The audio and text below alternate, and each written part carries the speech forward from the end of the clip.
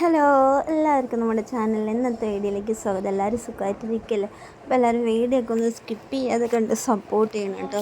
എന്നാലും നമുക്ക് എന്തെങ്കിലുമൊക്കെ യൂട്യൂബിൽ നമുക്കൊരു ഗുണം ഉണ്ടാവുള്ളൂ. അതുകൊണ്ട് നിങ്ങൾക്ക് സമയമില്ലെങ്കിലും വീഡിയോ ഒക്കെ ഒന്ന് ഓണാക്കി വെച്ചിട്ട് നിങ്ങളുടെ വർക്കും കാര്യങ്ങളൊക്കെ ചെയ്യുക. അങ്ങനെ ചെയ്യണ ഒരുപാട് പേരുണ്ടെന്ന് അറിയാം. എന്നാലും കൂടി പറഞ്ഞു എന്നേ ഉള്ളൂ. ഇപ്പോഴത്തെ സാഹചര്യം കൊണ്ട് പറഞ്ഞു പോയതാണ്. പിന്നെ ഇന്ന് രാവിലത്തെ വിശേഷങ്ങളും കാര്യമൊക്കെയാണ്. ഇപ്പോഴത്തെ സാഹചര്യം പറഞ്ഞാൽ വീഡിയോ ഒട്ടും റീച്ചില്ല, ഒട്ടും കയറിപ്പോണില്ല. അതാണ് കേട്ടോ ഞാൻ ഉദ്ദേശിച്ചത്. ഇനി അതിന് പിന്നാലെ തെറ്റായ കാര്യങ്ങളും കൊണ്ട് ചില ആളുകൾ വരാൻ നിൽക്കും. അതുകൊണ്ടുകൂടിയാണ് നമ്മൾ നേരത്തെ കൂടി തന്നെ പറയുന്നത്. അപ്പോൾ രാവിലെ രോഷിക്ക് ഭക്ഷണം കൊണ്ടുപോകണം. ഇന്നലെ ആണെങ്കിൽ ഞാൻ ഉറങ്ങാൻ വൈകിയതുകൊണ്ടേ എണീക്കാനും വൈകി. അപ്പോൾ വേഗം ചോറ് തിളപ്പിച്ച് ഊറ്റാൻ വെച്ചിട്ടുണ്ട്. അപ്പോൾ രോഷിക്ക് എന്തായാലും കറി എന്തെങ്കിലും വേണമല്ലോ. അതുകൊണ്ട് കുറച്ച് വഴുതനങ്ങ ഉണ്ടായിരുന്നു. അപ്പോൾ അതിനെ ഫ്രൈ ചെയ്ത് കൊടുക്കാമെന്ന് വെച്ചിട്ട് വേഗം മുറിച്ചുകൊണ്ടിരിക്കുകയാണ്. ചായ വെച്ച് അവിടെ വെച്ചിട്ടുണ്ട്.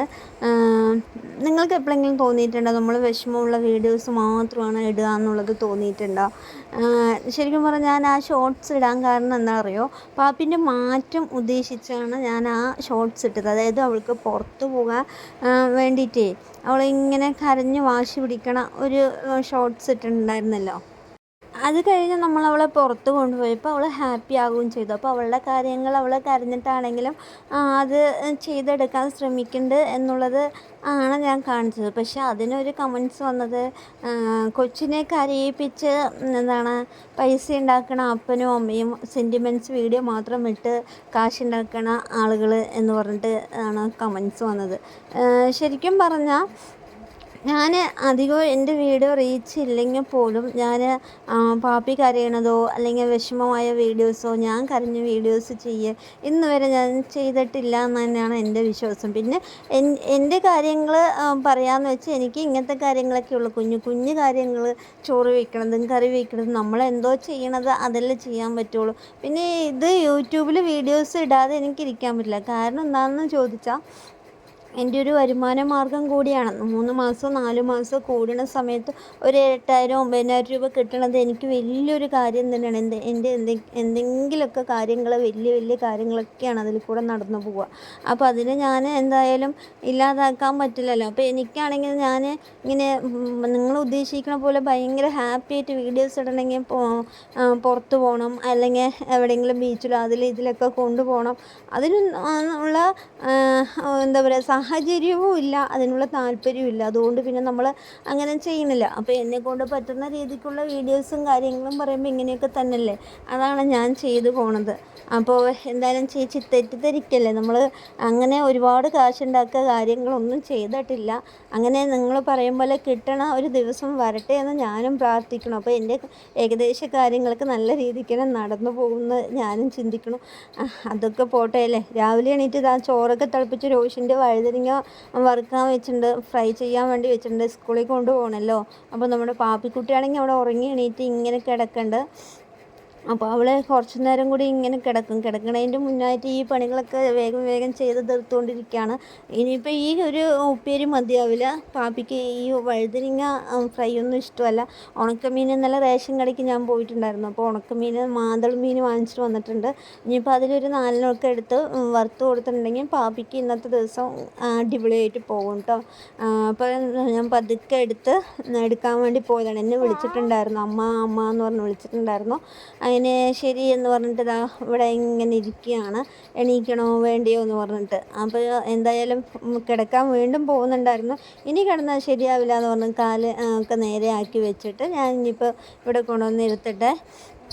അങ്ങനെ ഇനി ചായയൊക്കെ കൊടുക്കണം. ഞാനും ചായ കുടിച്ചില്ല. ചായ വെച്ചിട്ട് ചൂടാറാതിരിക്കാൻ വേണ്ടിയിട്ടേ ഞാൻ അതിന് മേലെ ഒരു പാത്രം എടുത്ത് അടച്ചു വെച്ചതായിരുന്നു. എന്താ ചോദിച്ചു, അവിടുത്തെ പണിയൊക്കെ കഴിഞ്ഞ് പിന്നെ വേഗം ചായ കുടിക്കാമല്ലോ എന്ന് വെച്ചിട്ട്.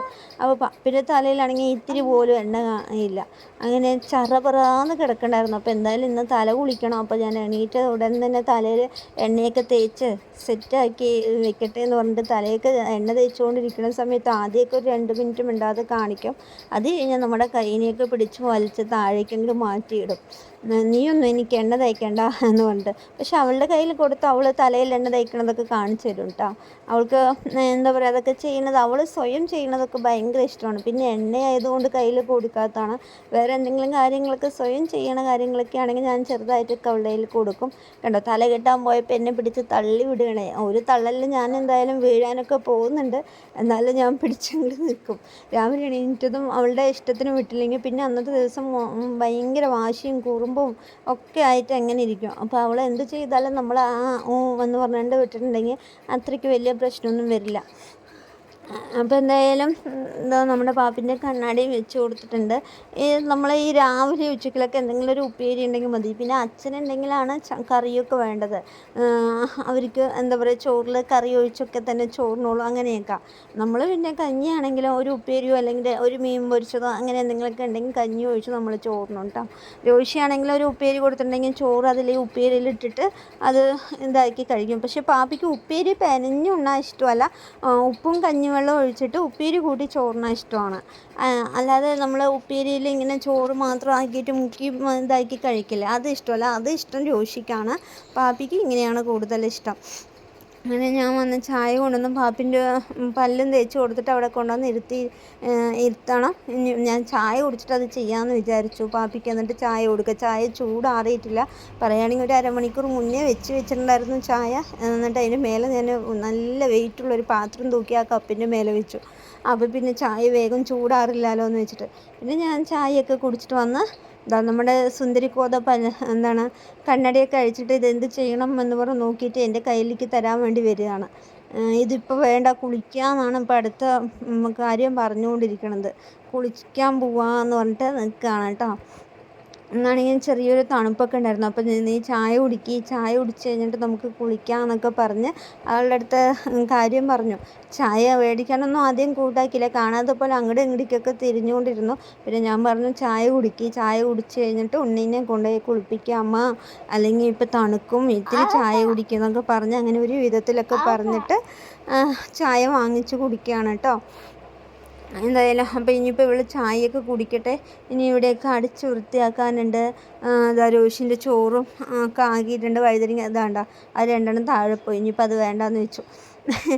അതിന് മേലേക്ക് ചോറും കറിയും ആക്കി വെച്ചിട്ട് വന്നതാണ്. ഇത് ഉണ്ടെങ്കിൽ അവൾക്ക് മതി കേട്ടോ. വേറെ ഒഴിച്ച് കറി വേണമെന്നോ അങ്ങനെയൊന്നും നിർബന്ധമില്ല. അങ്ങനെ പ്രത്യേകിച്ച് നിർബന്ധമൊന്നുമില്ല. ഇങ്ങനെ എന്തെങ്കിലും ഫ്രൈ ഒക്കെ ആണെങ്കിൽ ആൾക്ക് അതും കൂട്ടി സുഖമായി ചോറിന് ഒരു കുറ്റമോ പരാതിയോ ഒന്നും പറയില്ല.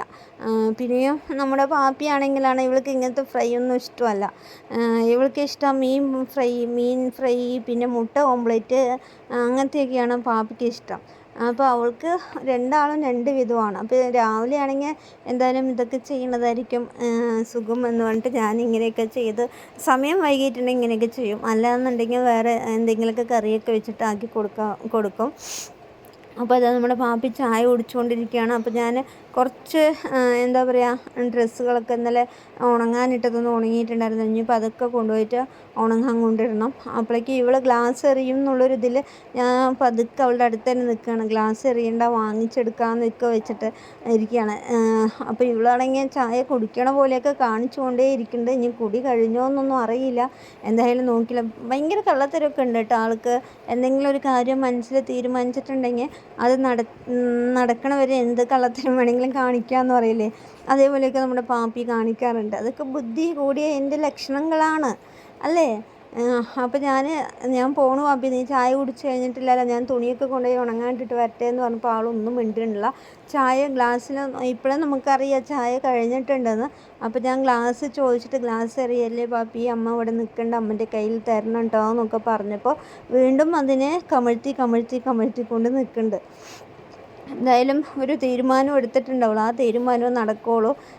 പാപ്പിൻ്റെ തീരുമാനം എന്തായാലും ശരി, അത് തന്നെ നടക്കുകയുള്ളൂ എന്നുള്ളൊരു വാശിയിൽ ഞാനാണെങ്കിൽ ഗ്ലാസ് വാങ്ങിച്ചിട്ടേ ഇരിക്കുകയുള്ളൂ എന്ന് പറഞ്ഞിട്ട് ഞാനും ഇരിക്കുന്നുണ്ട്. ഏത് നടക്കുമെന്ന് നിങ്ങൾ കണ്ടുതന്നെ അറിഞ്ഞോട്ടോ.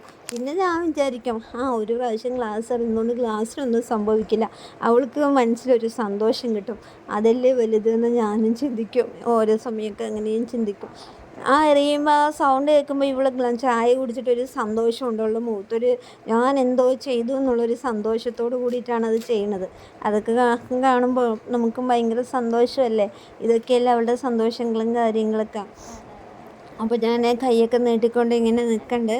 എന്തായാലും ഇവൾ തരാൻ പോകുന്നില്ല എന്നതാണ് ഏറ്റവും വലിയ സത്യം. ഞാൻ അങ്ങോട്ടോ മാറി നിൽക്കുമ്പോഴേക്കും നമ്മൾ ഈ ഗ്ലാസ് വേഗം വാങ്ങിച്ചിട്ടുണ്ടെങ്കിൽ അവൾക്ക് ദേഷ്യം വരും.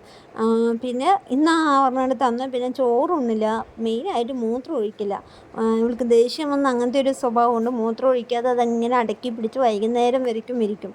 അതുകൊണ്ട് രാവിലെ എണീറ്റ് ഇവളുടെ അടുത്ത് ഒരു കശപിശയ്ക്ക് നമ്മൾ ആരും പോകാറില്ല. നീ എന്തോ ചെയ്യുമെന്ന് പറഞ്ഞിട്ട് ഞാൻ തുണി വെയിലത്തിടാം അതുകൊണ്ട് ഞാൻ അങ്ങോട്ടേക്ക് പോയി.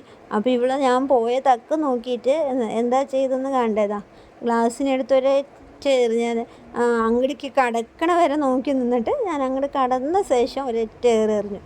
അങ്ങനെ പാപ്പി ഇങ്ങനെ ഇരിക്കണ്ട. ഞാൻ പിന്നെ ഇവിടെയൊക്കെ ഒന്ന് അടിച്ചു വിടട്ടെ, അടിച്ചു വിട്ട് വൃത്തിയായ തുടച്ചു വിടണം. അങ്ങനെ കുറച്ച് പണികളൊക്കെ ഉണ്ട്.